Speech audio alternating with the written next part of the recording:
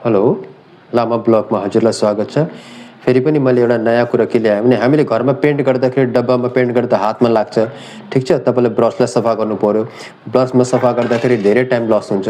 अनि म तपाईँहरूको अगाडि चाहिँ एउटा स्प्रेबाट, ठिक छ? या हामीले स्प्रेबाट पनि गर्नु सकिन्छ भनेर त्यो अनबक्सिङ गरिरहेको छु।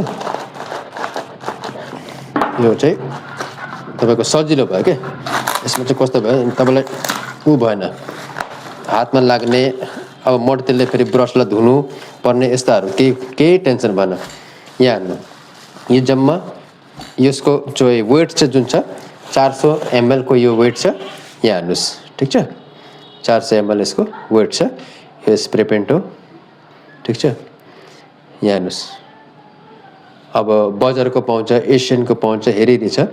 तर मैले चाहिँ यो पेन्ट चाहिँ अलिकति धेरै चल्ती रहेछ अनि मैले मगाउने कारण यही छ। यो चाहिँ तपाईँहरूलाई चाहियो भने, यो स्प्रे पेन्ट चाहियो भने तपाईँलाई 510 रुपियाँमा 98 16 30 53 65 हाम्रो फोन नम्बरमा तपाईँलाई सम्पर्क गरेर लिन सक्नुहुन्छ।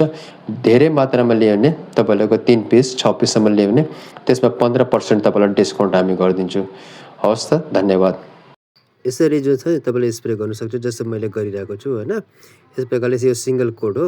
अब हजुरले डबल कोड गर्नु पनि सकिन्छ, ठिक छ? यस प्रकारले हेर्नु कति मजाले हामीले स्प्रे गरेको छ। मजाले पुछपाछ पारेर तर घाममा सुकाएर चाहिँ मजाले गऱ्यो भने चाहिँ तपाईँको यो स्प्रे चाहिँ धेरै दिन चाहिँ चल्छ। यो सिङ्गल कोड चाहिँ भएको छ अहिले मेरो है भिडियोमा होइन।